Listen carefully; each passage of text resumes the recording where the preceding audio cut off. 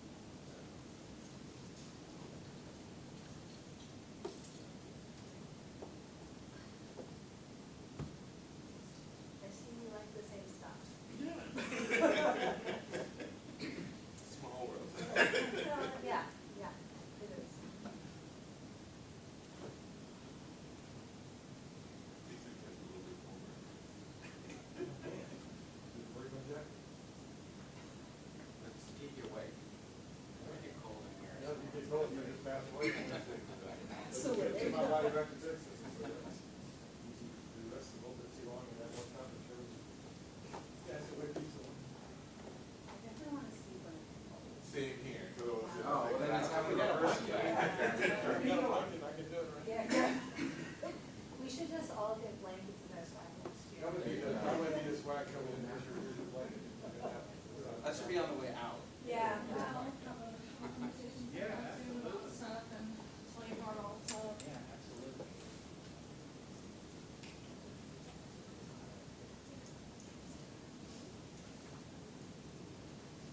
So apparently we're not ready to 115. So I guess now how to do it.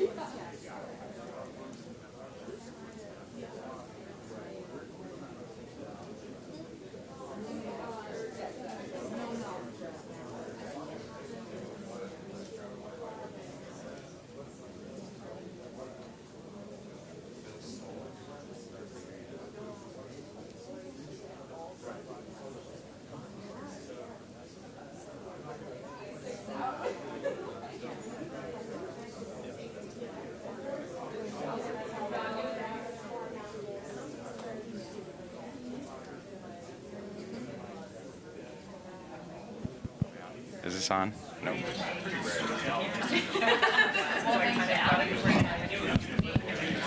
All right. Good afternoon, everybody. I know the program said 1 o'clock. They told us 1:15, but it seems like we got a pretty full room, and the folks next door started, so I think we're just going to go ahead and start. This is leveraging technical assistance and trust building to better serve disadvantaged communities. So if that's not the session you're aiming for, you're in the wrong room.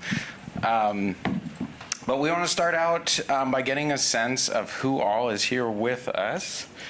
I'm going to see if I can do this upside down. Okay, so we actually have a, oops, that's not what I need. 1 second, we got a poll for you all, but I got to tell you how to access it. So here we go. Okay, and I apologize for the spelling of my name. That's why I did the QR code, because that's easier. So we've got a website here, pollev.com/renewman570, or you can just scan the QR code on your phone. It should bring you up to a poll. If you're having any issues, it's okay. There's no grading or anything. Just again, trying to get a sense so you all know who's in the room with you. And hopefully you can access it through the QR code. Again, you could type it in, but many generations ago, my family decided to spell our name that way and made it a U and two N's, and that's the hardest possible way to spell Neumann.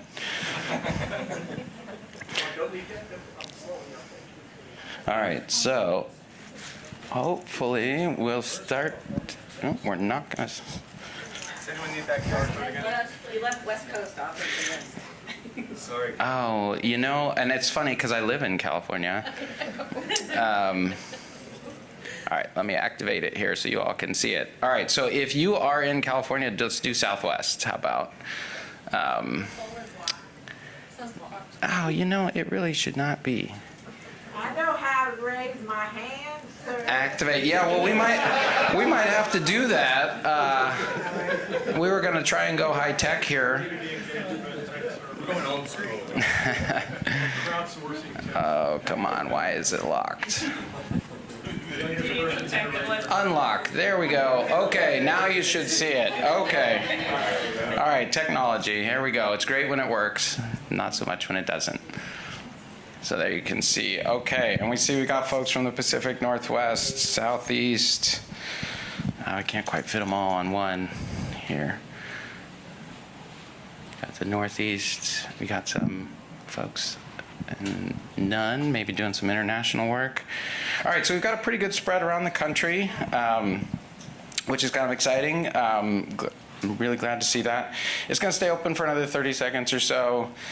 Just give folks time. And again, you can actually still do the QR code if needed. But while you're waiting, let's do quick introductions. Mark, you want to introduce yourself? Sure. Hello, everyone. Mark Johnson. I am the director of the Community and Environmental Resources Division at RCAP Solutions, which is the Northeastern RCAP. And I'll tell you all about the RCAPs and sort of the delineation of the different regions and everything once we're through this poll. All right, and I'm Ari Neumann. I'm the Chief Impact and Policy Officer for Rural Community Assistance Corporation, also known as RCAC. We are the Western RCAP partner. Branding in the 70s was confusing, and so we all have different names, but we're all part of the RCAP family. And so you saw Olga yesterday on stage, and hopefully I've heard of RCAP before. But if not, we've got more for you. So we got another poll here. This one should go faster, so you can stay on that same website. What kind of organization do you represent? And again, just to try and give everyone a sense of who's in the room, we've got a good spread from all over the country. Looks like a lot of folks in the NGO nonprofit space. Excellent. All right, another 10 seconds or so. Again, you're not graded on this. It's all anonymous, no problem. All right. Great. So it looks like largest group is the NGO nonprofit space. Very cool. So this hopefully gives you all a sense of who's in the room. And I will switch us back to the slide about us. But Mark, why don't you go ahead and do the RCAP background? Sure. I'll just also add, I've been with RCAP Solutions for about 9 years. I am based in northern Vermont. I was previously working for an investor-owned water utility out in California, which is a completely different world than what I'm doing right now, but gave me a really interesting perspective on some of the issues that small systems out in California are facing. I just wanted to talk a little bit about RCAP. Folks in here have a pretty good understanding of RCAP, and has anyone here worked with one of the RCAP regional partners in your work? So we've got some folks. I see Community Engineering Corps who've done some great work with you folks. Thank you for all that. So I'm going to start in the top right, Northeast. Like I said, that's where I am. That's where I'm from. Sorry.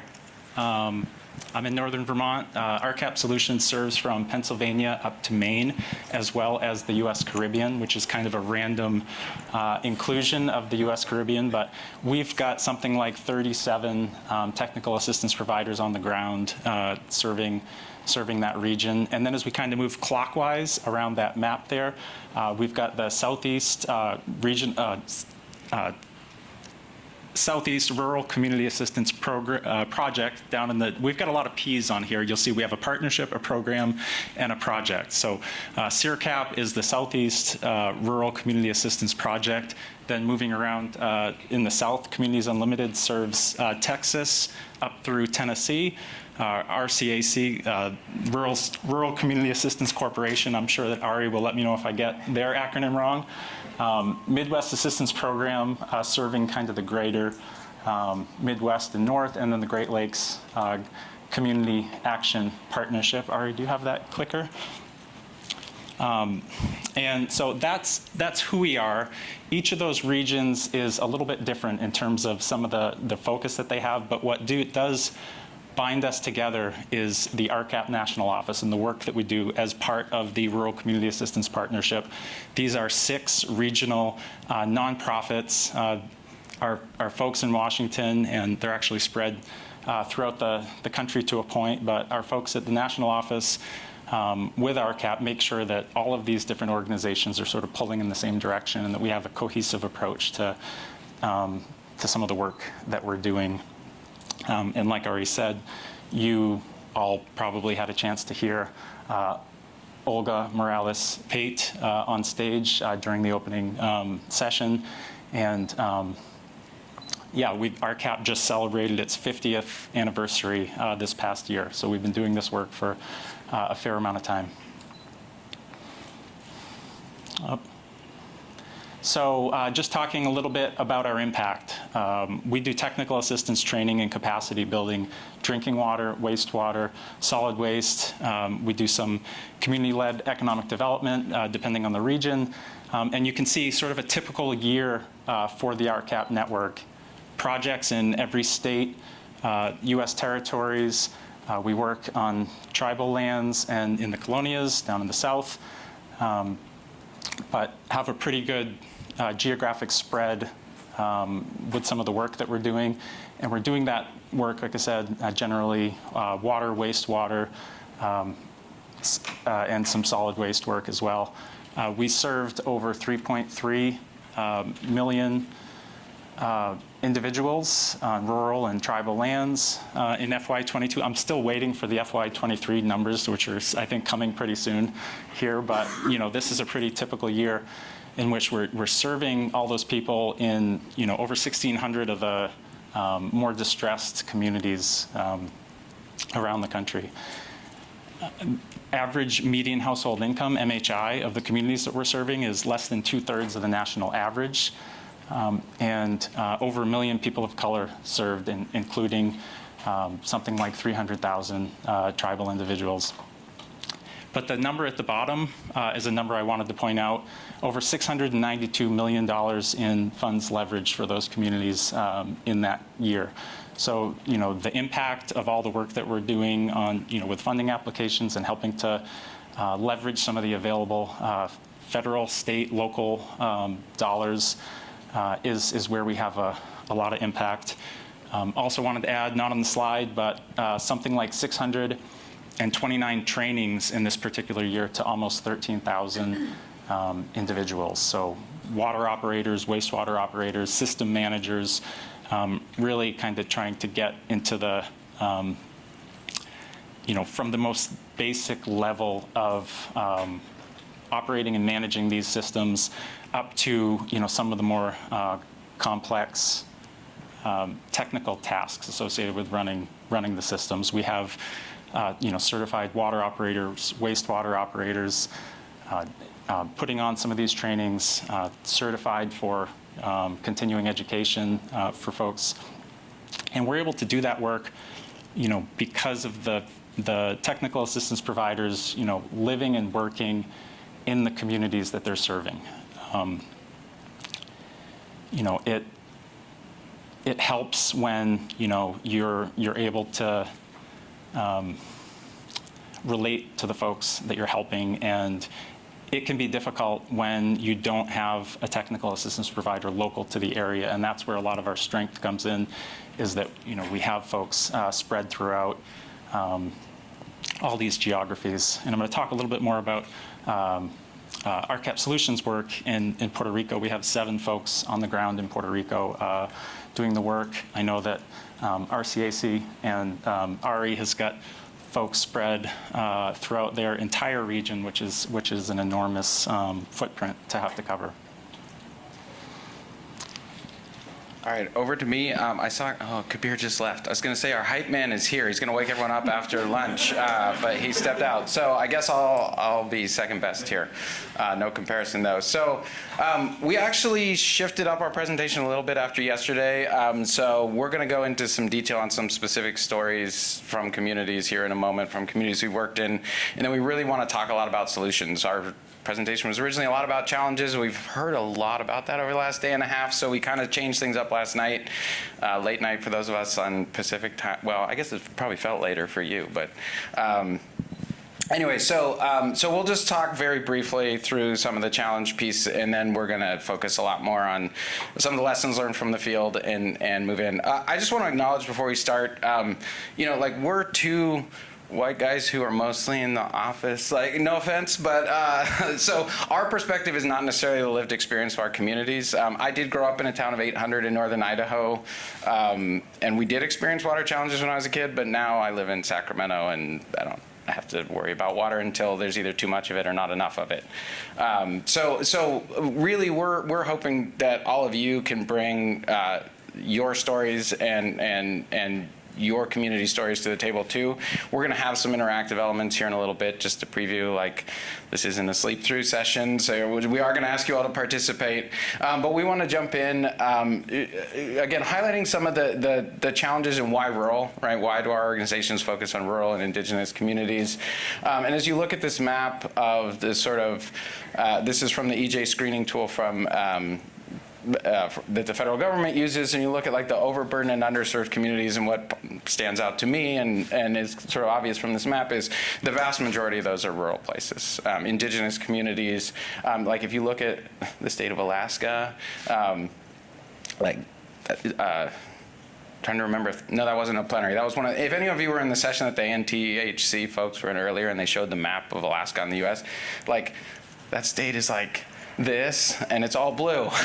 So those are the places that we're really focused on reaching, and the why to that is because that's where there's the greatest need in our eyes.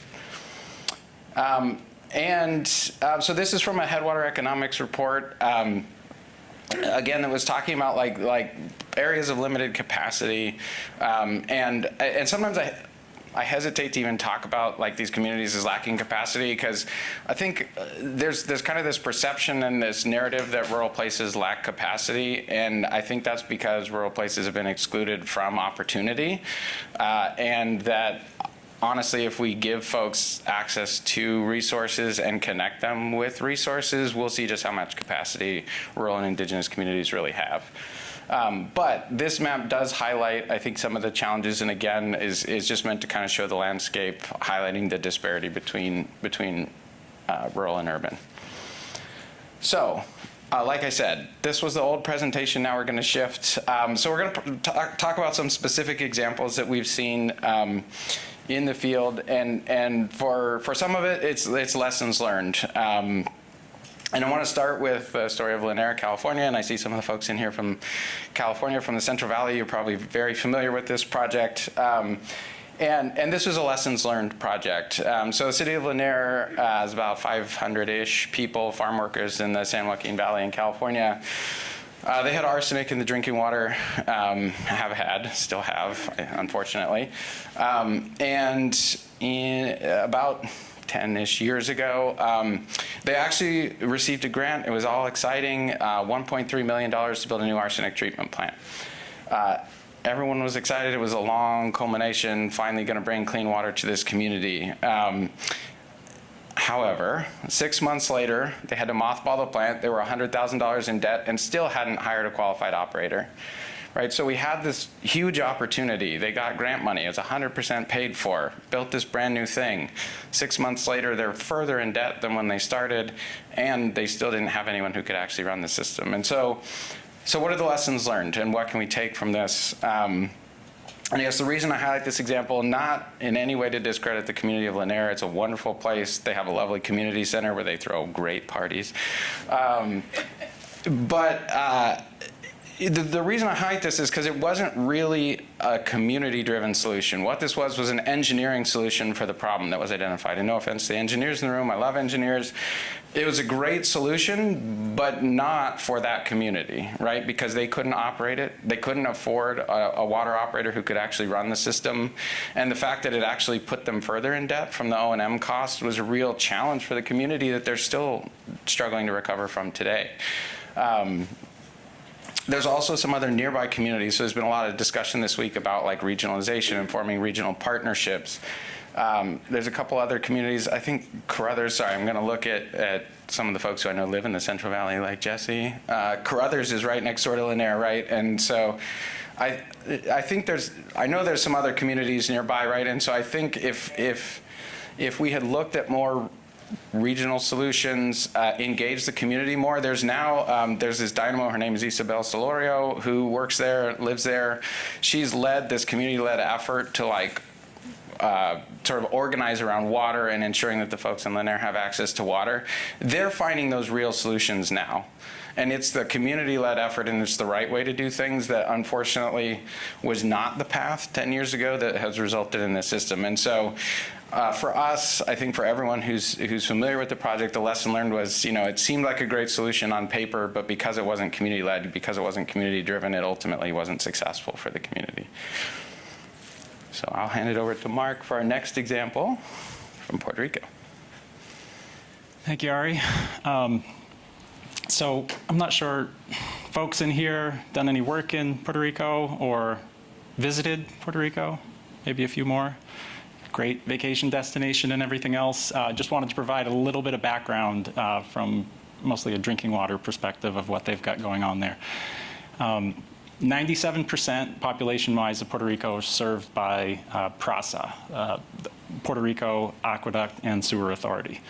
The remaining 3% are either served by what we call non-PRASA systems. There are about 240 of them, or they're just not served by an organized water system. Guasio, Puerto Rico is one of those examples of the non-PRASA systems.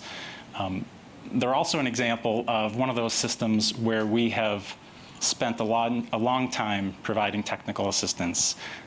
It's ebbed and flowed over the years, but this is Josefa Torres Olivo. She is front and center here in this photo, shown working with a community member on an application.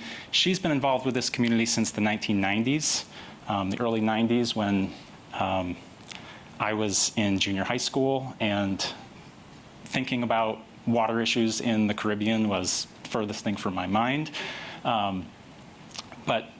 So we've been working there since the 1990s. They had previously had a surface water source, and as a result of the 1989 surface water treatment rule, many of these small systems in Puerto Rico that were not connected to PRASA, which is a government-owned corporation, were encouraged to try to drill a well, because there were very few technologies that they can get up into some of these mountainous areas. Guasio is part of the San Sebastian municipality, which is in the mountainous kind of northwestern region of Puerto Rico. And as one of these 240 non-process systems, historically, they have been unable to access SRF dollars, limited capacity, many of the same issues you've been hearing about probably all week with challenge systems. I use the term limited capacity, but as Ari pointed out, often it's because, folks haven't really been given an opportunity to, provide, to participate in sort of the traditional means of financing and support, receiving support. So we've been working with them since the 90s, when we helped them get a groundwater source. So a well was drilled with help from the municipality, and they're doing relatively well now. We're helping them with some compliance issues during that time, and seems like we're making progress, where we're kind of bouncing around between all of these different non-process systems and providing support where it's needed. So kind of that acute technical assistance where there's a need and we come in and help and do what we can. But being able to provide some of the long-term support and build up, board members' capacity is a much different story. And those are the types of activities that take many years. During that time, we also helped them deal with the unexpected death of their board president, who is involved in all aspects of the operation of the system. So that's kind of where they were, off and on technical assistance, right up until probably 2010, 2015. We're working with them on, rate structure. Some of these close-knit communities, like this is a population of about 262. Everybody knows each other. There's no disconnects for non-payment of water. They're not going to shut the water off on their neighbors and their family members. So being able to set affordable rates in the community is a struggle. Working with them, trying to do just that. We were in the midst of working with them when the hurricanes in 2017 came along. Irma was a Category 4 storm, followed a few weeks later by Maria, Category 5. Over 3,000 people died as a result of that. The initial estimates were over $90 billion in damages. I've seen much higher estimates since that. But left this community and the entire island essentially without power, without cell phone. Half of the island had no tap water, going on months and months. It was 11 months before the government declared that power had been restored to the island. It was the longest blackout in U.S. history. So kind of the fallout from that and the challenges that a few folks trying to deal with their water system and getting things back up and running were just enormous. NGOs like Water Mission, they were around, we connected them. They had a small generator that they were able to get up and running. By this time, they had also drilled a second well. So the small generator was able to, get them water service in that, within a few months. Jump forward a few years to when we were finally able to work with them on getting an application in to deal with the damages that they had experienced. And on the right, what you see are some of the requirements that they had to apply for USDA disaster funding associated with it. Our staff at that time, in addition to bringing food up to the community when they went, they had gotten into the habit of these mobile offices where they would bring along the laptop, the satellite phone, printer, to be able to make photocopies, print out documents to get signatures. This was, by the time we got their application in and funding was available for them, it was 2020, July of 2020, in the midst of COVID, when we were finally able to get that application in, to get all of their financial statements together, budget. Even just getting a list of board members can be a challenge because nobody wants to necessarily get involved to that level. So it's just it can certainly be a struggle to get these communities organized. So we were successful. They were successful, getting the funding in order to get a generator large enough to run both of their wells and to be able to restore water service in their community.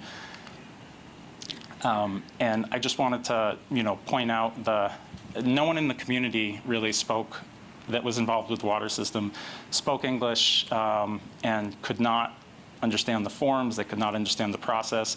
Anyone who's ever used the RD Apply platform in trying to do a USDA funding application will know that it's a complex process. We were, this community and a few others in Puerto Rico that we were working with were among the first to actually try to use RD Apply. So it was, there were, between COVID and the RD Apply process, being able to, I think what enabled this system to kind of get back on their feet as much as they could in that time was, knowing Josefa, knowing our staff, and being able to trust that we were going to be there when they needed the assistance. So it's not feasible in many cases to spend the amount of time that we need to spend in some of these communities and to be able to get a funding application in a timely way. I think that being at this conference this week and meeting some of the partners who can potentially come in if there are services that we can't provide it's a new opportunity for many of us who have been involved in some of the traditional technical assistance over the years, and just a really exciting opportunity. When not long after they received some of their funding, and this is going into 2022, Hurricane Fiona came along. They had a closed landfill that had been closed for several years. Solid waste management is an enormous challenge in a lot of these communities in Puerto Rico. Landfill capacity, every time that there is a storm, landfill capacity dwindles. There are not many operating landfills on the island that are not close to their capacity. So what you end up with is, in many communities, this is in Guasio, one of the site visits that we were there was a smoke blanketing the community. And in finding out that their landfill had been smoldering and burning for a few months, we were able to send our solid waste specialist in to that community and work with them on a plan for getting the municipality involved and putting the fire out. This is just an example. There's a larger portion of the landfill that had been burning. But what you see in this picture, possibly, if you can see that close, are essentially, all these toxic materials that have been illegally dumped in this landfill, again, which had been closed for a couple of years, burning. And we were fortunate in that we do solid waste work, and we had someone in Puerto Rico who does that work. But again, going back to that concept of our WASH partners and other organizations that we know of that we can reach out to and say, hey, we've got this issue in this community. We've been working with them on drinking water issues, and they really need some help with their solid waste management.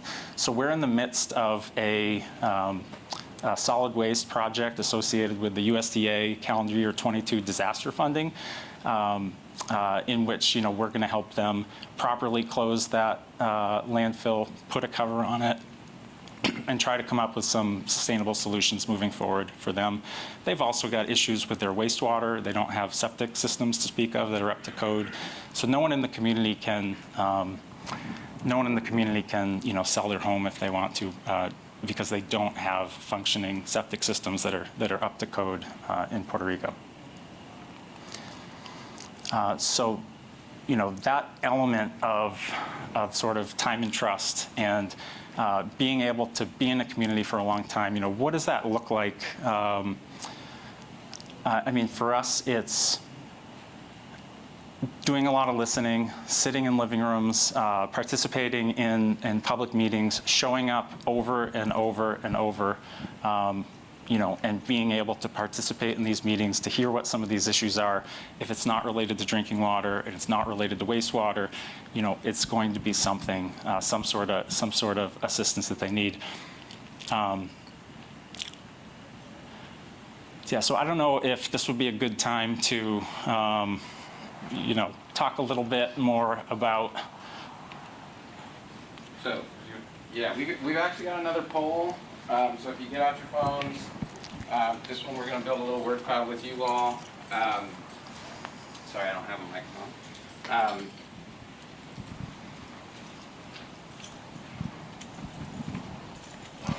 So for the recording's sake. So what are some of the solutions or strategies you've seen that enable all of us to invest the amount of time in a community that we all agree is necessary? So you heard from Mark, right, a 30-year-long relationship.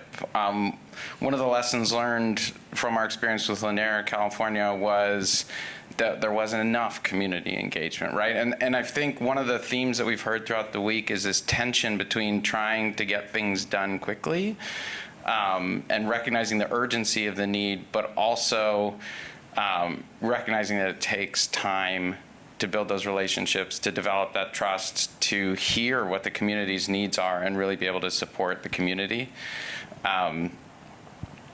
So again, you can answer as many times as you want if you're able to get the poll up. If not, you're also welcome to just like throw up a hand, and I just think it's kind of fun to make word clouds. So, and also, you know, that way you can't text or check your email while you're in the middle of the session.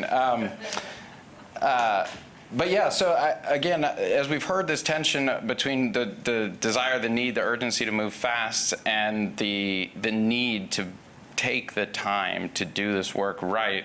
I guess we just want to see, I mean, we've got funding, we've got community proper, looking at the words that kind of stand out: partnerships, partners, community, staff. I see hiring, paying, a lot of things related to staffing, related to funding. I'm curious, has anyone had success, want to share a story where you've been able to get the funding or developing the staff capacity or whatever it takes to sort of start building those longer term relationships, whether it's domestic or international? There's a lot of wisdom in the room. Would love to hear if folks have successful stories about ways you've been able in your organizations, or if you're philanthropy, if you've invested in opportunities. Yeah. Please. Hi, I'm Sherry Bradley with the Black Belt Unincorporated Wastewater Program. We recently, I'm sorry, okay. Can you hear me better? We recently received funding, ARPA funding, American Rescue Plan Act funding. Dr. White in the back. And it was through the Department of Public Health. We had to submit a proposal. And that proposal it just said for the Black Belt. So two of the counties that we're looking at is Dallas and Wilcox County. Those counties were picked because they are poor counties. So that was chosen. Prior to that, we had more ARPA funding, but it was earmarked strictly for Lowndes County. So we were successful in getting that money. Great. ARPA was a great opportunity. Anyone else benefit from ARPA funding in your communities or communities you worked with? I know we saw a lot in the West, yeah? A few, great. Other examples of resources that you've been able to take advantage of in order to develop that time and the relationship building? So I'll say, like, we're primarily government funded. And no offense to any federal partners in the room, but the last thing they want to fund is us to like spend time building relationships with communities. And so we're often trying to have to supplement the government funding with a lot of other resources in order to do that sort of long-term relationship building like Mark was talking about. Yeah, in the back. Hi, I'm with Water for People, and I can offer an example of the long term. And I think it is a little easier for us as an international nonprofit to access unrestricted funding. And we have prioritized that over the years alongside the restricted funding so that when we do go into a community, and I really appreciated what you said about showing up again and again and again and listening and learning about the needs and not imposing what we think should be done, but really working with local governments and local community leaders. And our model suggests that we go into an area and we don't leave until we get all the way to the end. And so we've been in some communities for 10 or 15 years because that is our priority, to build those relationships and keep that going in the long term until we and the local government partners feel good about our ability to exit and all of those systems remaining sustainable with the capacities and the resources that are in the community. So it's a long-term example, but with the benefit of the opportunity to access some unrestricted funding. Thanks. Yeah, fantastic. Yeah, and I would also add, whether you're federally funded or you have a philanthropic source of dollars enabling you to do your work. It's important to be able to show results, right? To tell the story. I think many of us are doing a much better job. We could always do a better job of telling that story, talking about the impact that we're having, in the community and what the needs are that aren't being met. There's this balance. We feel it as we're EPA funded, USDA funded. We receive some funding from HHS. All 6 of the regional RCAP partners do. And there's that balance of trying to say, like, we're getting the work done, but here's what the challenges are to continue on. I don't know if it's a result of just how the federal funding process has been working lately and the agencies that we're working with, but, we have seen, some of our funding programs that would go from, a 12 or 18 month long duration to be, 24 months or even longer. So that's, I think, a positive step that we can all take advantage of, to be able to know that we have a little bit more time to be in these communities and to be doing these works. But regardless of your, source of funding to get the work done, being able to show results is important, and being able to show that you're making a difference is important. So we can't ignore that aspect. Hit another hand up. Thanks. I'm John Erickson with Community Water Center, and we work in California, and most of our technical assistance funding is funded through the SAFER program, the Safe and Affordable Drinking Water Funding Program in California, and I think that offers a little more flexibility.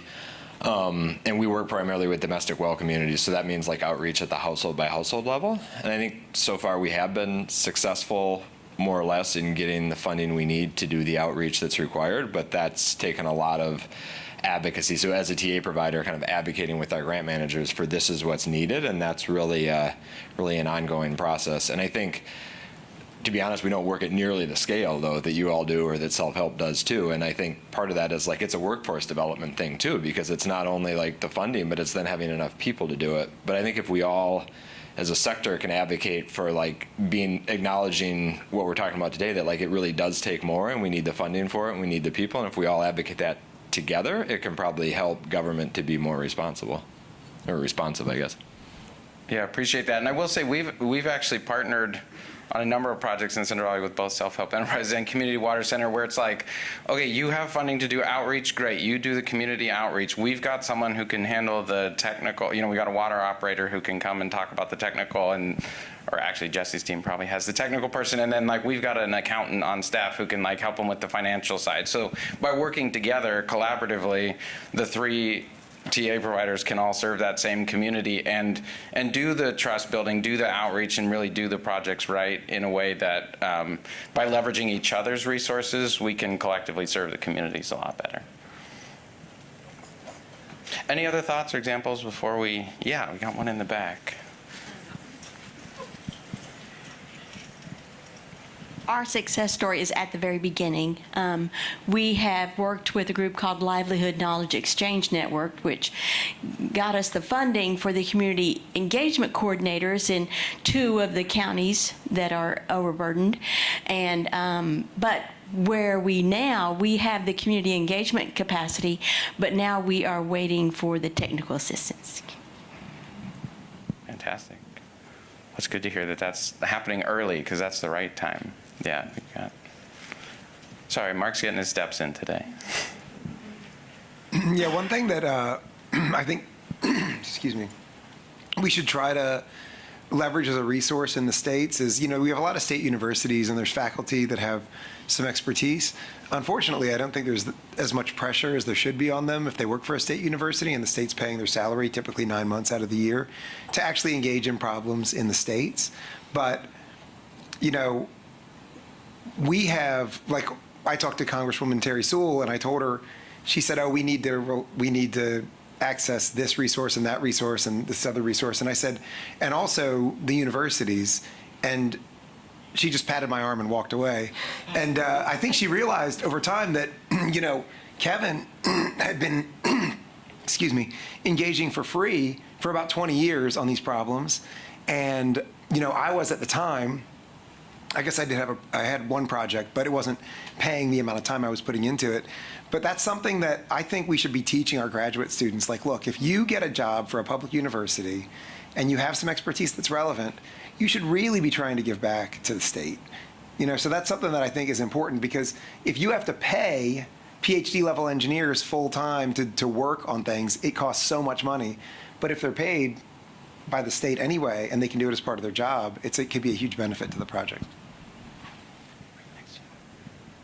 Well, and I'll just follow up on that because Mark and I were just discussing this at lunch, but teaching those, engineering students early on and students who are learning these technical skills and, traditional kind of traditional engineering skills, how to then be ready to communicate those things to communities of all different education levels, income levels, backgrounds, all of those things, because I think that's been something that is starting to become more common, but is still not as common as it probably should be in engineering. And if you are wanting to work in community, to be based in community, it's really crucial to be able to communicate with your communities and with people on all different levels.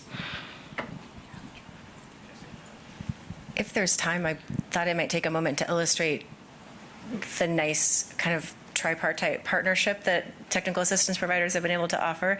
I guess I should stand up. So I'm thinking of the community of Seville and two communities, Seville and Yedem in the Central Valley of California, both farm worker communities. Yedem was actually established by Armenian immigrants, and they named it Yedem because it means Eden in Armenian. Anyway, two very small communities with terrible water systems. Through the advocacy of the Community Water Center, the profile of these two communities, especially Seville, began to rise. They actually got the United Nations Special Rapporteur on the Human Right to Water to visit. This was a big press event. It was a big deal, raised a lot of visibility. And they also advocated for the county of Tulare to take that water system into receivership. It had been privately owned and completely neglected. There was open water pipe basically sitting on the surface, the ground surface. And then my organization, Self-Help Enterprises, who we had worked with the community for years. I mean, there are documents going back to the 70s about helping them pursue natural gas and that kind of thing. But we'd always been there, and so we came back in, and we worked with representatives of the community, so leaders within the community who were interested in taking back the ownership of their water system. We helped them and some folks from Yedem, the neighboring community, to actually go through all of the formal county processes to form a community services district. So they became a unit of local government finally. And once they had that and they had the training, partly from RCAC, partly from us, partly from Community Water Center, once they had the training and the background to take over ownership of that system, then after maybe 8 or 10 years in receivership, the county was able to transfer ownership and operation of that water system, actually both water systems because they remained separate, to this newly formed board of community volunteers for a unit of local government that had never been there before. And special districts and other small districts are really like the truest form of democratic government, right? I mean, there really are the people elected from within their own community to make decisions and do what you were talking about, figure out complicated engineering concepts and how to make good decisions based on those. And once we had the district formed, they needed rates, right? They needed to charge for water. So RCAC performed the rate study and sent that down. And then my team supported this new district to comply with all of the rules that they needed to follow in order to put these new rates in place. All along the way, they've been accessing funding. They've drilled 2 new wells. They're about to drill a 3rd new emergency well. And eventually, the 2 water systems will be physically united, and both communities will benefit from improved resiliency, as well as they now have a sustainable system that is locally owned and managed.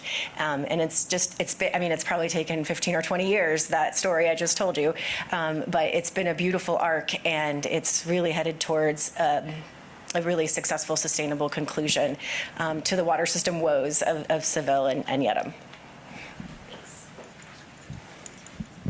Awesome. I'm sure there's a lot of other great stories. I think we have time for one. Yeah, we can do one more, and then we'll. Oh, question. Okay. If that's okay. Sure. Yeah, I'm curious from your experience in these 15, 20-year projects, what component takes the majority of the time? Because I imagine that it's that first component that you showed that requires the development of all of those different elements in order to go out for funding that takes 10 to 12 years. And then the last component, which is design and construction, takes a much shorter period of time. But I'm curious if I'm right or if you have a different experience.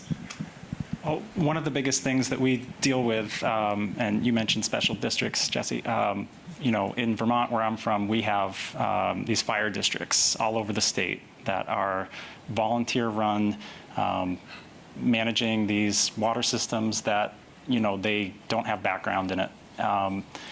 And you start to teach them some of the regulations. You start to look at, the budgeting. You look at some of their finances, and you make some progress. And then they say, I've been doing this for 2 years. I think I'm going to let someone else take this on. It might take them another year or two to find somebody to replace them. A lot of the folks that we work with will say, I'm not going to get off this board until I find someone to replace. That's a best case scenario. Worst case scenario is they leave the system and there's no one to run it.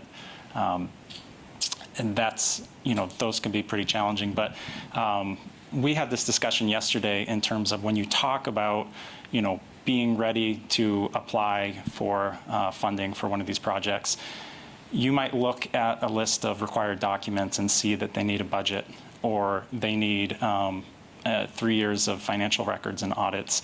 And every step of the way, that might look like a simple thing for, a town to come up with or something like that. But there's no plan. There's no financial plan. A lot of the places that we work with might not even have records of their water usage and income coming in. So to start out with, it's, every piece of financial information needs to be researched and gone back through. The level of board support that we're providing, I would say, is probably the most time-consuming piece of the project, and then having to start over when you get new volunteer board members in. We have talked to folks about ways that we can better support some of the volunteers that work in places like the fire districts in Vermont, whether there are options for regionalizations where we can have folks sharing administrative type services to be able to avoid some of those issues and let the people running the system focus on what's their plan, and have somebody else dealing with the billing and have somebody else dealing with some of those more administrative type tasks. But that solution, I think, is a little ways off for a lot of people. Ari, I don't know if you have some. I would second everything Mark said. It's that bulleted list looks like it's 10 pieces of paper that a lot of utilities could readily hand off. I literally, and I won't name the system, but visited one where they were still doing their books by hand with pencil, which is a scary thought because it's really easy to erase, right? And so their financials were literally handwritten in pencil for the last 10 years. So we had to take all of that, convert it to digital, put it into QuickBooks so that it would track, any changes so that you could see if someone was erasing a number and changing it over. So that one little step of, 3 years of audited financial statements. Well, it took us, 6 months probably to get those records transitioned over to digital. And then you have to go find an auditing firm that's willing and can take on. And one of the things we're seeing, especially in this age of the infrastructure bill and all this money flowing, auditing firms, engineering firms, folks are headed toward the bigger projects first, right? Because they make more money. So when there's this little $6,000 project to help some community in rural New Mexico or some other place, it's just not appealing. And they're like, well, our office is in Dallas. We don't really want to send somebody out to the middle of nowhere, New Mexico. So we're going to charge you $14,000 to do it instead of $6,000. Well, these communities can't afford $14,000 to do the auditing. And so again, those steps look like simple bullets, but often they end up being a 6 month or a year long. I mean, they're kind of, each step is like its own little project, if we think about it that way. I've been trying to get some of the agencies to start thinking about, like, yeah, it's 15-year project, but it's really 15 little projects that add up to that big 15-year project. And each step along the way is a small victory. And I think, to be honest, we don't do a good enough job of celebrating those steps along the way as like, hey, this was a big deal. We converted your financials into QuickBooks. Like, let's pause, let's celebrate. This is a big deal. And then we'll resume the work and move on to the next step. But it is those little, each piece just takes time along the way. Do you think there's opportunity to streamline that? I mean, like, we're a small business. We were 3 people when we got some USAID funding, and we had to do all that paperwork, and it was completely overwhelming, so I understand from a small business standpoint. But it just seems like there's enough of us going through the same thing where there's some way to streamline that process, or like have one group that's all they do is go help these groups get up. Just seems like you would speed it up a bit. Yeah, so the question was, is there a way to streamline that process and get, some of the paperwork parts and stuff sped up? To some extent, yes, there's definitely opportunity to streamline, right? Like Mark was saying, if you've ever gone through like the RD apply system that USDA set up, it's better than it was. We used to have to do triplicate paper copies that you had to take to your state RD office. When I started doing this 15 years ago, I was here in DC actually, and I had to walk triplicate paper copies over to the USDA office building here. And that was 2010, or 2009. So it's gotten better. I do think there's room. One of the things we've seen, like with EPA, is they have tried to use some of the infrastructure bill money to like hire TA providers to do specifically just on application assistance, just go help folks with applications. But I think what we're finding is, if the documents if the documents exist, yeah, we can streamline and move that along pretty quick. But if they don't, and you're having to create them from scratch, you're still having to go through all the steps. So we have 2 more examples. I think we've still got about a half hour. So let's switch over, and I think you're up next, Mark. Oh, yeah.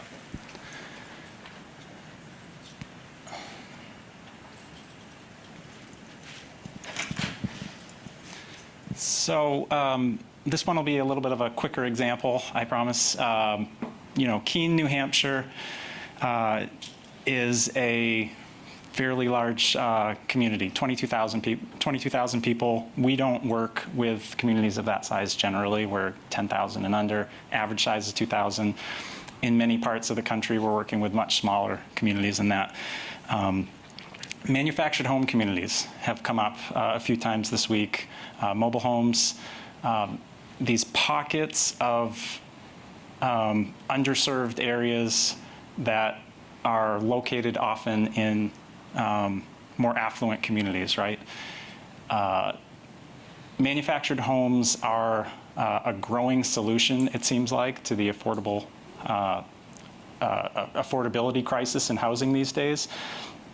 But lots of issues in terms of helping them to qualify and get funded for infrastructure projects. We'll talk a little bit more about the big challenges around manufactured home communities on the next slide, but just wanted to share a little bit. We've been doing a lot of work with resident-owned communities. Anyone here involved with, ROC USA is one organization that's been working to help folks who live in mobile home communities or manufactured home communities to purchase the land that their homes sit on. That's one of the biggest issues with these folks. If you have you live in a mobile home and you're dealing with some sort of disaster, flooding or some other problem that arises, you're on the hook for damage to your home, but you don't own the land that the home sits on. So it creates all sorts of problems in terms of funding eligibility and a number of others. But so we've been working with a lot of resident-owned communities. Surprise, once you purchase a manufactured home community, you're also now the de facto owner and operator of the water system and the wastewater system and having to deal with that. Part of the challenge of the situation that these resident-owned communities are in, they're often taking out these big commercial loans in order to purchase the land. And so they're already in sort of a precarious financial position. And now they're starting to look at, decades of neglect with their infrastructure and how are we going to pay to upgrade the system.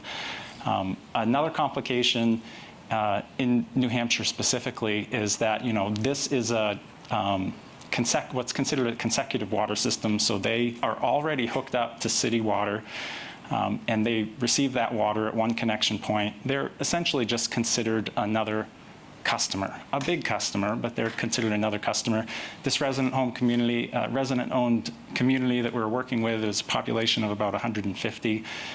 So tough to get that economy of scale, in order to address the $1.9 million of infrastructure upgrades that were required. One of our technical assistance providers in New Hampshire worked to help get them a $25,000 planning grant so that they could kind of look at what their needs were. The price tag came in at $1.9 million. So now we start the process of understanding what programs are we eligible for here? How can we get you some funding, grant funding specifically, because loans are really a non-starter with a lot of these systems. And so we start going down through the list. One of the most common sources of funding for these types of situations, at least in the Northeast where we work, USDA Water Environment Program. We had to cross that off the list right away because they're not located in a rural community. So then we look at, the State Revolving Loan Fund Program, the SRF program. They're not eligible because in the state of New Hampshire, consecutive systems are not eligible for funding. So we check that off the list. Now we're looking at other programs like the Community Development Block Grant Program.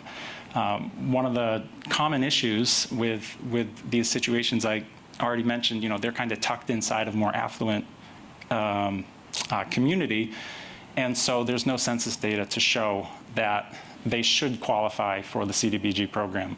So, we start talking to them about doing an income survey. And the many steps that go into the education in the community and community engagement that is required to have a successful income survey. And for anyone who has not been involved in one before, you're essentially sending out a mailing, knocking on doors, and you're trying to get a very high response rate in order to make it a statistically valid survey that's at least as good as the existing census data in the area. So we start that very long process of, speaking to the system managers, knocking on doors, talking at community meetings about why we need to know how much money that they make per household. And, you can have multi-generational families in these homes, non-traditional living arrangements, and so it can be, and just some pretty private people, right? Nobody really feels comfortable sharing income data, so it's a big charge to have to come up with this data and to be able to gain that trust in the community of why this is necessary. There's a lot of education that has to go into it.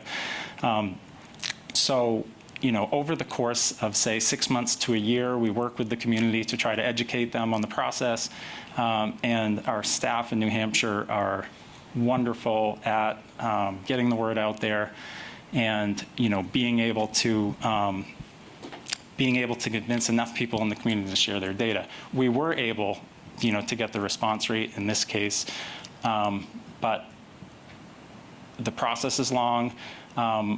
Right now, so far, they have received about $1.4 million of that $1.9 million, and we're now in the process of applying for additional grant money to try to make up the difference because they can't afford another $500,000 in loans. The only reason that this has been possible, that last $500,000 hopefully is going to come through the CDBG program. But in New Hampshire, there is it's called the New Hampshire Drinking Water and Groundwater Trust Fund that came about as a result of an MTBE settlement many years ago, in which the state of New Hampshire got something like $287 million to spend as they see fit on making sure that everyone has safe drinking water in the state. That was a program that we've been working to try to make sure that manufactured home communities can take advantage of in the state. And you'll see here, in the last 5 years, we've done 61 income surveys. In this little map has some dots on it. We've done 61 income surveys in New Hampshire, specifically to try to help, about half of those have been in manufactured home communities. This is not something, I mean, we used to do an income survey here or there. It's been recognized as a very big data gap, right, in terms of census data that can support and demonstrate the need in some of these little pocket communities. And so we've got a great team doing income surveys. Please feel free to reach out if we can provide more info on kind of some of the process. I know RCAC does income surveys, and it's not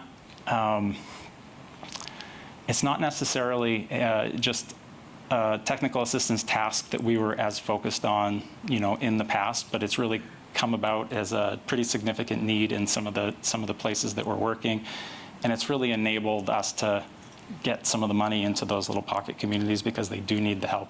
I mentioned the ownership issues, lots of environmental justice issues with these communities. Just as an example, where I live in Vermont, 2011 Tropical Storm Irene came through, caused quite a bit of damage in the state. Something like, at the time, 8% of Vermont residents were living in manufactured home communities, but they represented 40% of the people impacted by the flooding that came about from that tropical storm.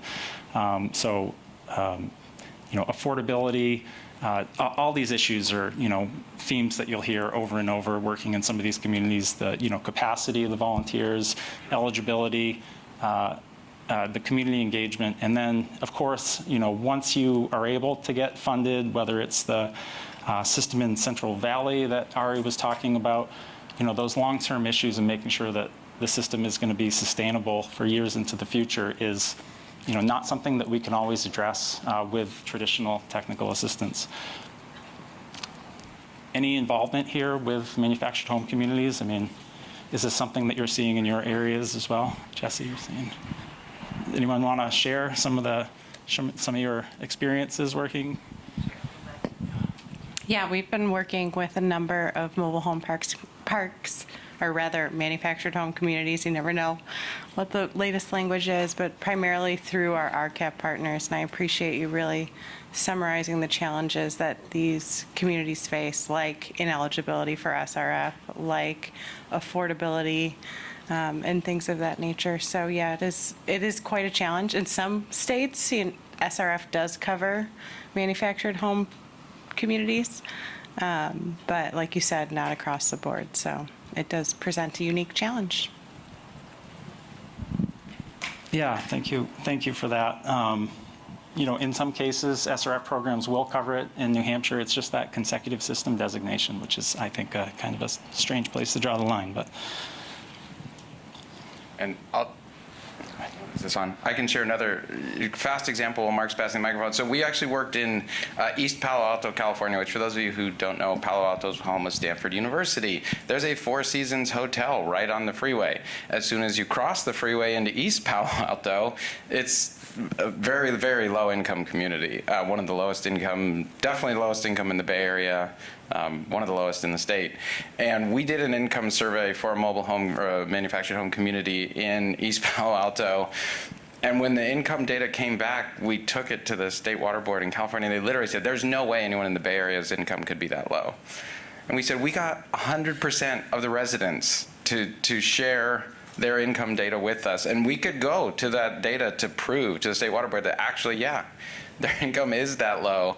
And again, to Mark's point, like, community you would not know was even there, but for the fact that, we were able to actually highlight, I don't know, the average house of a home in Palo Alto is probably $2 million. But this one community that was part of that broader, richer community was being totally left out. We got one. Yeah, I mostly just had a question, but it's about the income survey, or maybe two questions. The first one is, like, in general, how long does it take to do that from start to finish? And then the second question is sort of within that time frame, like, can you share any success stories on, how you were able, like the one you just mentioned, getting 100% response? Do you have any success stories or any tips on how you were able to get that response?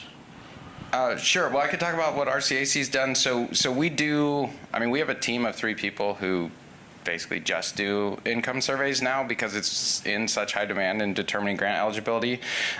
So typically, anywhere from, say, 3 to 12 months, and a lot of that depends on the response rate we're able to get. So we start by doing a mail survey, and in each state, there's actually slightly different rules about like what kind of response rate you have to get for it to be statistically valid.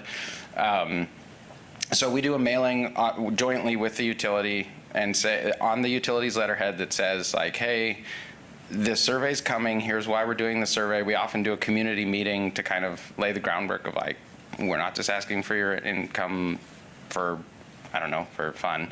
And so we sort of start with that groundwork. Then we do a mail-out survey. And if we get that initial response rate, a high enough statistically valid response rate, we're good at that point. Often that's only possible in larger communities because you actually need a smaller percentage response rate in a larger community for it to be statistically valid.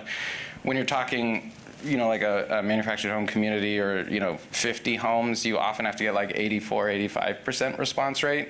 So then we're often, in addition to mailing out the surveys, that's when we're doing the door knocking, going out like Mark was saying, and we'll just in a weekend, and we always do it on the weekend because that's when folks are home, even though I know Workplace Wellness says don't work on weekends. Our staff go out on weekends, are out knocking on doors in the community over the weekend, getting the responses back from the households we haven't heard from yet.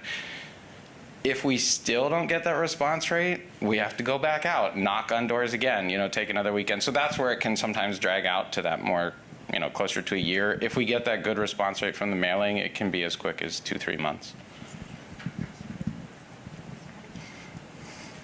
And here's Kate, who has done some surveys, I think. Yeah, a couple failed ones too. We didn't get the response rate. But just on the mobile home park community conversation, I'll just add a comment that in Colorado where I work, there's been some really kind of landmark community organizing efforts the last couple years that's resulted in a couple pieces of legislation in the state capitol around mobile home park water quality specifically last year, and it allocated $10 million over the next couple years to basically go out and do a statewide needs assessment of every single mobile home park water system in this state, whether it's public water system, consecutive system, or too small to be regulated at all as a water system, unregulated. So, and they're supposed to have results at least initial results in 2 years from now. So maybe in 2 or 3 events from now, I could come back. I'm not actually doing it, but I'll be, aware of it. Someone could come back and present the results of this kind of landmark, pretty innovative thing that Colorado is doing. They're going to go get a big list of all the really specifically what are the water quality programs at 800 mobile home parks around the state. So. That's fantastic that, some of the advocacy efforts and, conversations that have gone into educating folks at state offices, really does pay off. And I would just also add about the question about getting more participation, community events, providing food at those events, providing childcare if necessary, just getting folks to show up. And I would say that the vast majority of our income surveys that we've been doing in New Hampshire has not been us on our own. We've been coordinating these with regional planning commissions, with ROC New Hampshire, which is part of ROC USA. I think there are something like 320 ROC USA resident-owned communities in the country. I've learned that almost half of them are located in New Hampshire. And so it's been a focus of ours to try to, they've already done a lot of the work in terms of organizing the community to band together and purchase the land that they're on. So they're already, many of them are already kind of pretty well seasoned in terms of some of that engagement, and they've had public meetings, and they've made this decision as a community to take a lot more ownership, the whole thing, of the situation. And I would add language too. So we have translated our surveys into Spanish, into Russian, into Yupik, which I can talk about a Yupik community here next, but like again, it's meeting the community where they are, and if they speak a different language, then it's finding the resources to make sure that, because again, if you're asking for most of us aren't super comfortable sharing our income information. If you're going to ask that of people, you've got to meet them where they are. So I'll use that as an excuse to transition to Shaffornak, Alaska, which is our last example on here. And I saw at least one Alaska person in the room. You've made it a long way. Thank you for coming. So Shaffornak is in the Yukon-Kuskokwim Delta, so you can kind of see on the map approximately where it is. And this picture was actually taken by one of our staff members, and it's an Alaska Native village. And this is the watering point. So in order to get water, folks come and they bring quarters or tokens, and there's a spot here you put the token in. And then you get, for each token, you get a gallon of water out the little blue hose. And actually, you can see the ATV that they're using to haul water to their home in this picture. Shaffornak's about 500 people approximately, so we're talking really small, not on the road system. There's a gravel airstrip. There's a river, so you can come in by barge. There's really no other way to get there. And so very isolated. It's a Yupik community, subsistence living. For the most part, there is some commercial fishing, but for the most part, it's a subsistence lifestyle. So that means hunting and fishing, collecting berries. And if any of you were in the session earlier where they were talking about like the cost of goods in Alaska, like a gallon of milk's like $15 in a community like this because it's flown in.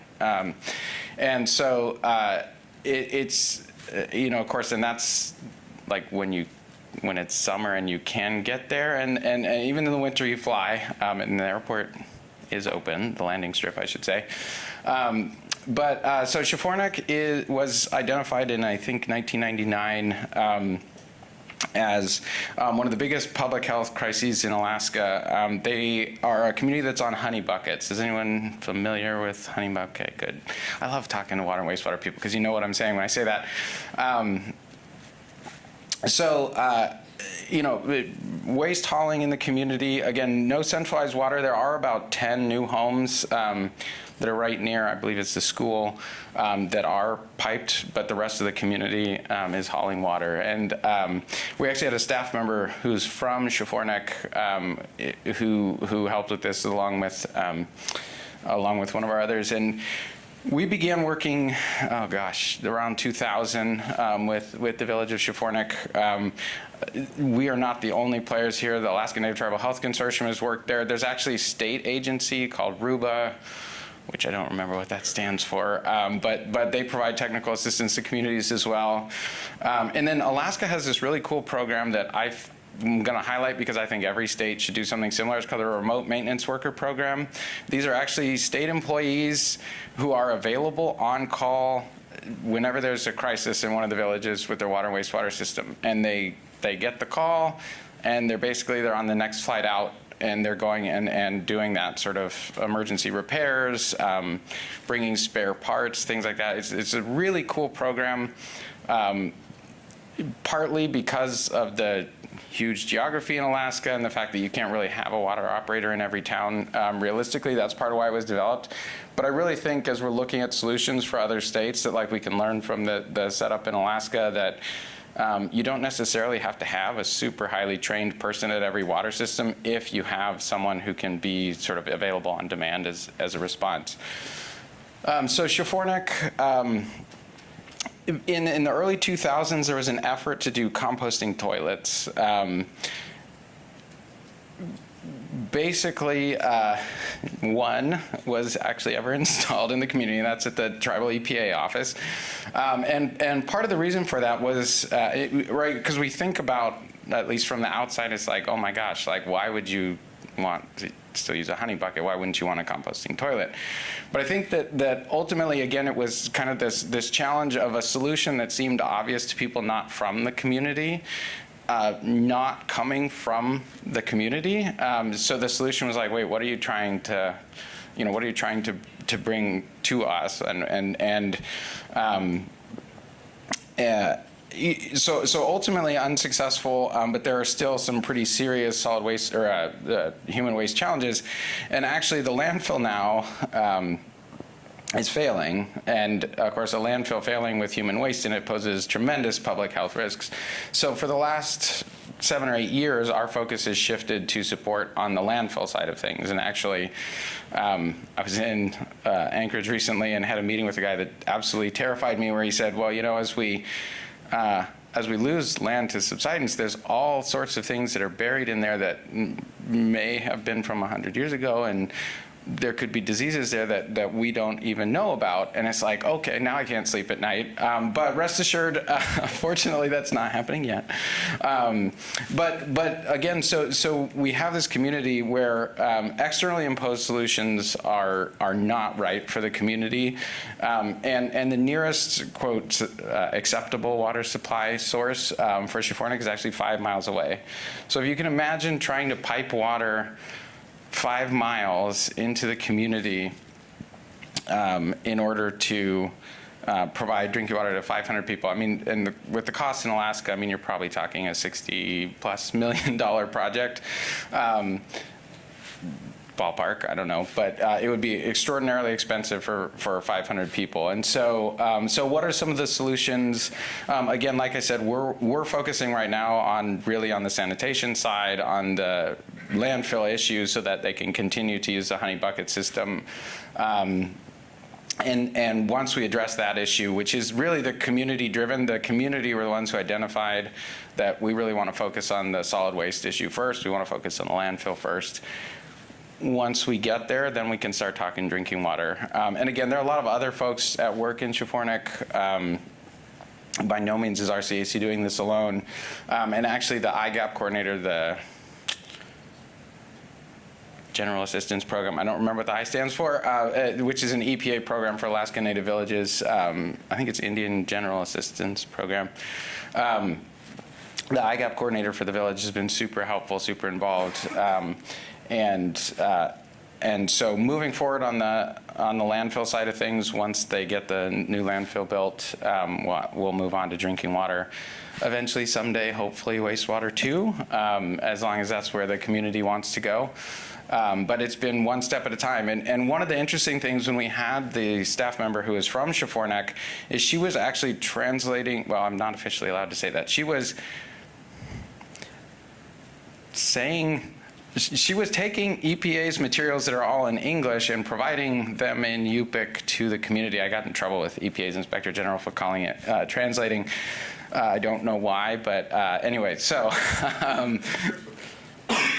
yeah, I don't know if there's anyone from EPA in the room, but anyway, so we were taking those materials, providing them to the community in Yupik, because for the most part, folks in Schiphornik, actually, the school system and everything is in Yupik, and so that's the first language for most residents. And so, again, we get back to sort of some of the linguistic barriers and ensuring that, you know, as we're providing these resources to communities, they're in a format that the community can read, can comprehend, can understand in their native tongue and not in their second language, which is often English.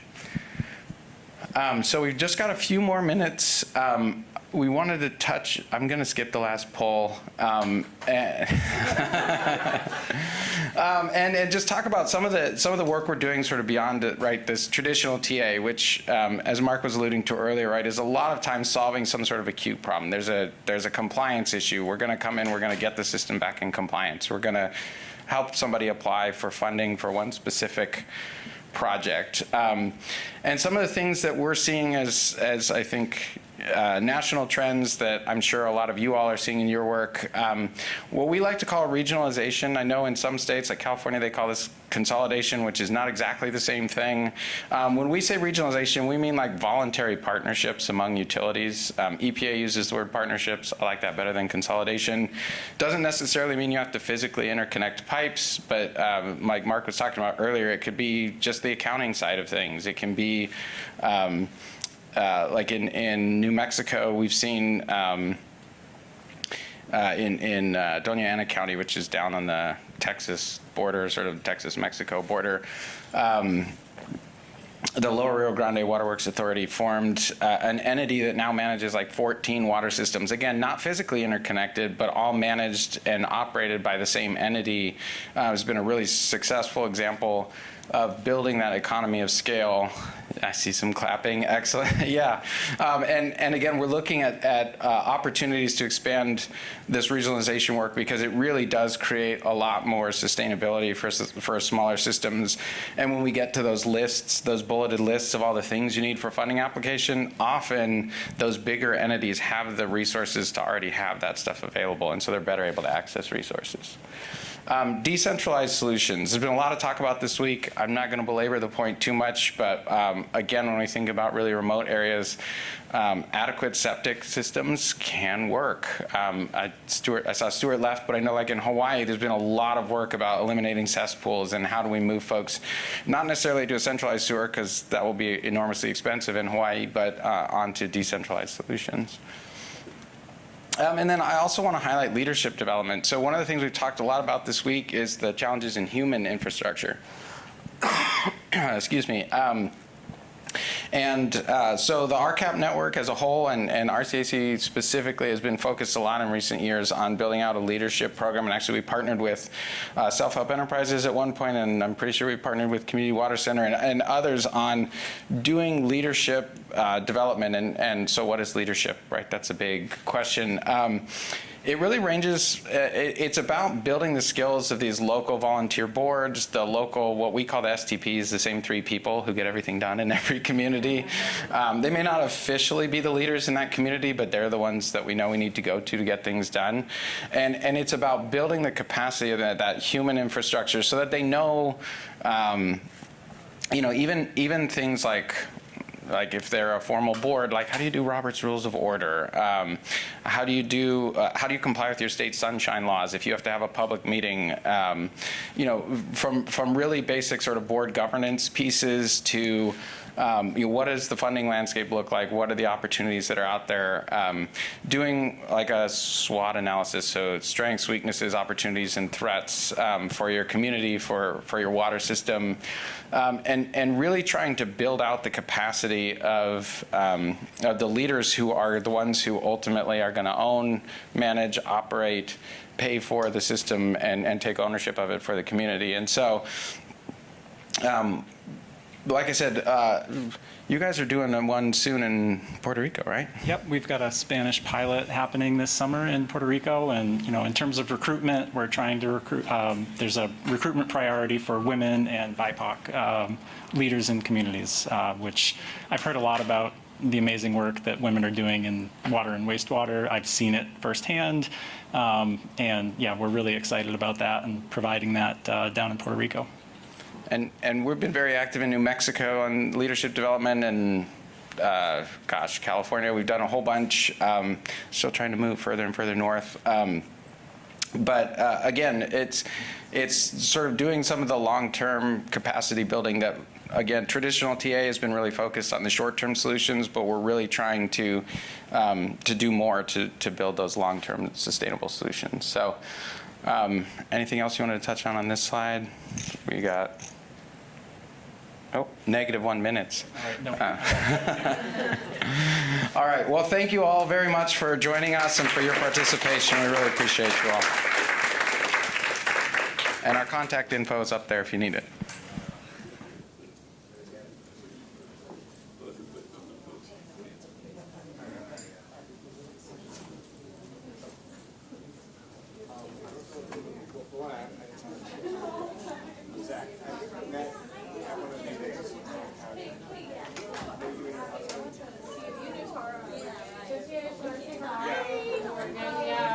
Yeah, we don't see each other in person very much. Yeah, I know.